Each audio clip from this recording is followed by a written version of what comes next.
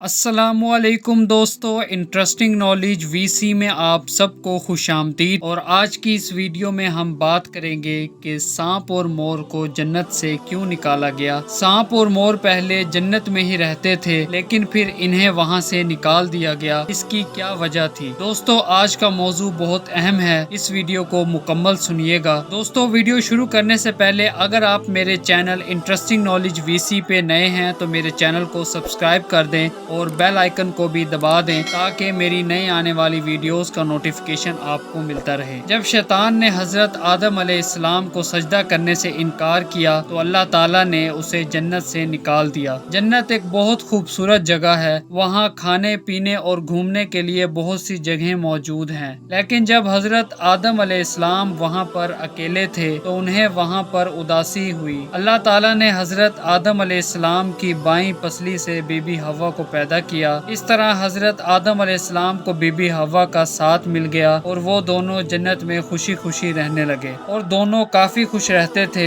اللہ تعالیٰ نے ان سے فرمایا کہ تم دونوں جنت میں جہاں مرضی جاؤ، جو مرضی کھاؤ، جو مرضی پیو، لیکن خبردار اس درخت کے پاس نہ جانا اور نہ ہی اس درخت پر لگا پھل کھانا، ورنہ تم ظالموں میں سے ہو جاؤ گے۔ جنت میں سانپ اور مور بھی رہا کرتے تھے، وہ جنت سے باہر بھی چلے جایا کرتے تھے۔ اس وقت سانپ کے پاؤں بھی ہوتے تھے اور اس کے منہ سے ایک زبردست قسم کی خوشبو بھی آیا کرتی تھی۔ اور مور جو ایک خوبصورت پرندہ ہے، وہ پہلے اس سے بھی زیادہ خوبصورت تھا جب وہ جنت میں ہوا کرتا تھا، اور اس کے پاؤں بھی اس وقت بہت خوبصورت تھے۔ یہ وہ جانور تھے جو جنت کی خوبصورتی میں اہم کردار ادا کرتے تھے اور جنت سے باہر بھی چلے جایا کرتے تھے۔ ایک دن جب یہ دونوں جنت سے باہر آئے تو شیطان نے ان دونوں سے کہا کہ مجھے اپنے ساتھ جنت میں لے جاؤ، جس پر سانپ اور مور نے کہا کہ ہم تمہیں جنت میں نہیں لے کر جا سکتے، اللہ نے تمہیں جنت سے نکال دیا ہے، ہمیں اللہ کا خوف ہے، اس لیے ہم تمہیں جنت میں اپنے ساتھ نہیں لے کر جا سکتے۔ جس پر شیطان نے اسے اپنی دوستی کا واسطہ دیا اور کہا کہ میں بھی تو جنت میں تمہارے ساتھ تھا، وہ دن یاد کرو، میں تمہارا دوست تھا۔ پہلے تو سانپ اور مور نے اسے ساتھ لے جانے سے بہت منع کیا، پھر سانپ نے شیطان کو ایک مشورہ دیا، اس نے کہا کہ تم سانپ بن جاؤ، مور تمہیں کھا لے گا اور جنت میں لے کر جائے گا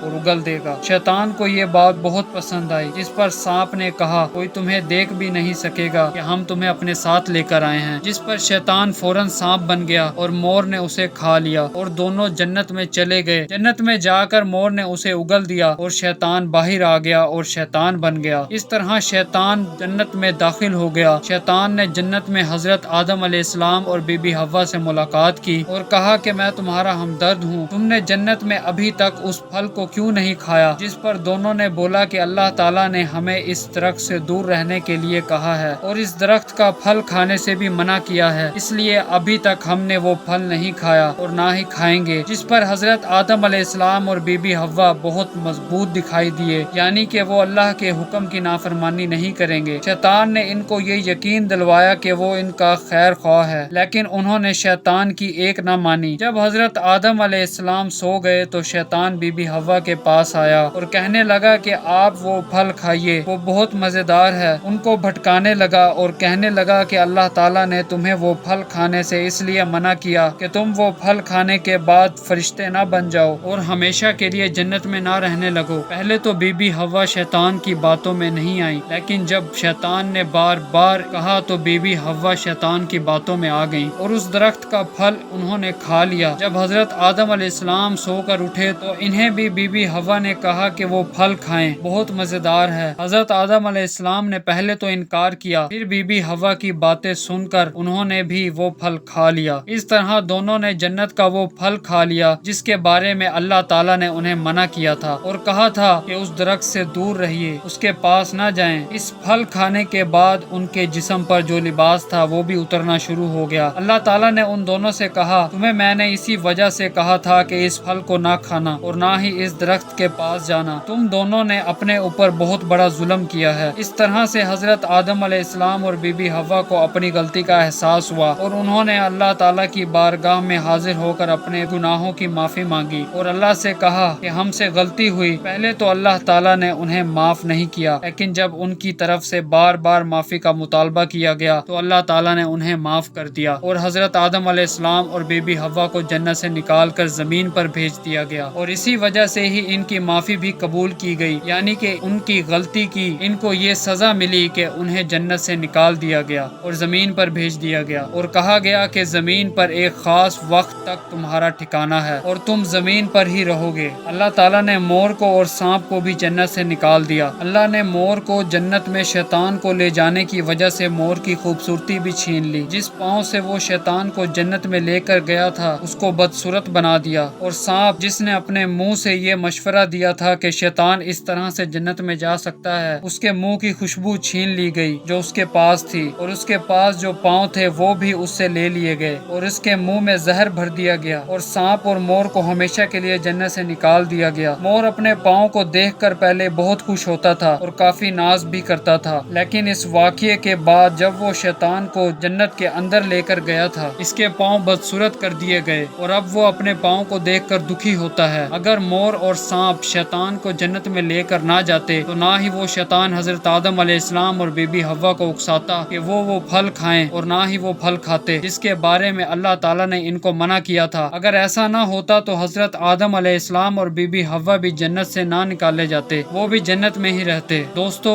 آج کے لیے اتنا ہی، اب میں ملوں گا آپ سے ایک نئی اسلامک ویڈیو میں، تب تک کے لیے اللہ حافظ۔